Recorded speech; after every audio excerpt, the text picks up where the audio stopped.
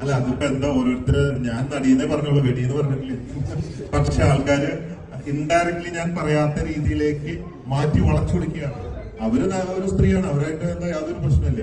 ഒന്നാമത് എന്റെ സോഷ്യൽ മീഡിയയിൽ നോക്കി നടിമാര് വന്നു പോയാൽ തന്നെ പറയും, ബോച്ചെ അവിടെ അടി റോസ് താമസിച്ച മറ്റേ ഹോട്ടലിലാണല്ലോ, ബോച്ചെ അവിടെ തന്നെയാണോ താമസിച്ചത്, എങ്ങനെ കിട്ടുമോ, എത്ര, ഇങ്ങനെയൊക്കെയുള്ള ചോദ്യങ്ങളാണ്. സത്യത്തില് ഈ പറഞ്ഞ പോലെ കുന്തിദേവിയാണ് ഉദ്ദേശിച്ചത്. ഞാൻ കുന്തിദേവിയെ വർണ്ണിച്ച് കുന്തിദേവിയെ കുറിച്ച് മനസ്സിലാക്കിയപ്പോ അതിനോട് ചില സാദൃശ്യമുണ്ട്, കഥയും കാര്യങ്ങളും വ്യക്തിത്വമൊക്കെ ആയിട്ട് ഞാൻ വർണ്ണിച്ചു. പിന്നെ എന്താ പറയാ, ഈ വാക്കുകൾ കണ്ടുപിടിച്ചത് ഞാനല്ലല്ലോ, അക്ഷരങ്ങളോ.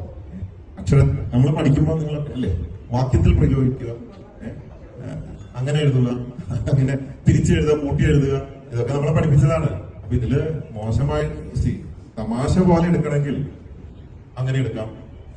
കുന്തി ദേവി എന്ന് പറഞ്ഞ ഒരു ഉണ്ടല്ലോ, അങ്ങനെ ഉണ്ടല്ലോ, ശരിക്കും അങ്ങനെ എടുക്കാം.